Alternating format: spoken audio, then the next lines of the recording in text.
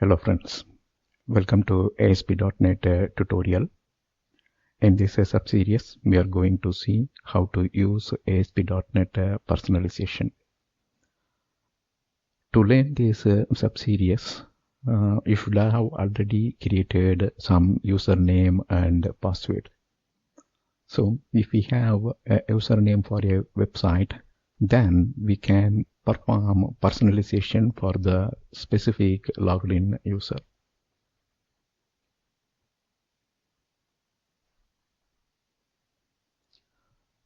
So if you see here, this is the prerequisite for this sub-series. There is a form authentication series here. So you should have created the example, and in this sub-series, we are going to extend this example. That means in the form authentication sub-series, we already created the framework to create the user and register the user.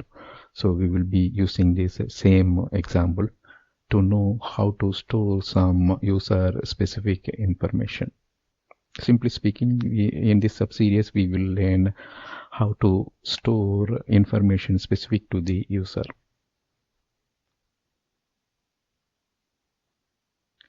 The personalization technique is knowing about the user and displaying content accordingly. Right? This is simply knowing about the user.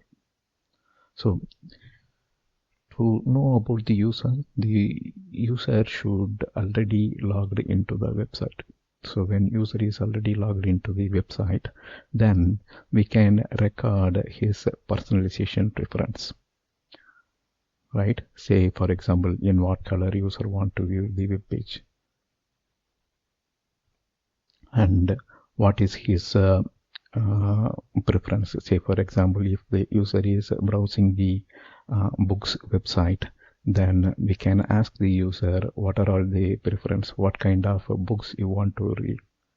Are you interested in a technical book or fiction stories, or you like the science specific technology? So those kind of preference we can ask the user and store it.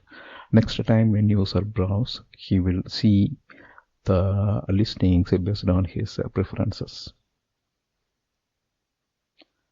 So when we talk about personalization, it requires authenticating the user and tracking his or her activity. So once the user is authenticated, he or she will browse the website for some time, and in the background we can collect the information based on the activity. So just by watching 2 or 3 sessions, we can say what is his or her interest, and we can store that against the person's profile.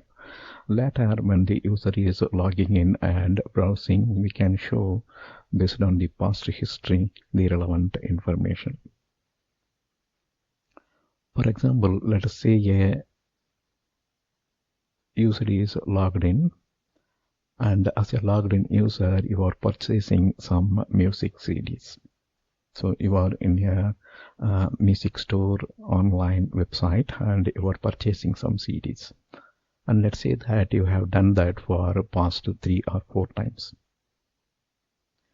So the next time you log in, the website will display the music CDs from same author and same genre.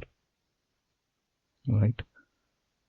So let's say that the user, since you are the logged in user, you will be purchasing the CDs, and in the background the website will track your interaction with the website, and it knows that what author or what genre of music CD you are purchasing. So once those informations are stored against your profile, logged in profile, the next time when you log in, it will try to display the same genre and same music CD that got newly released. The site knows your personal preferences based on your past browsing history, right? and based on that the site will create a profile information, and then in the subsequent login it will display relevant information. In this sub-series we will learn about ASP.NET website personalization.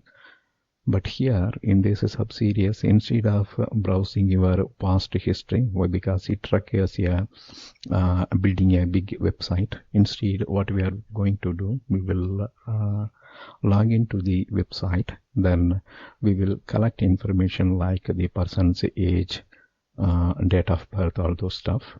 Then we can store that internally, or we can see how the ASP.NET website stores that information inside the profile DB. So there is no demo in here. Thank you for watching. Bye.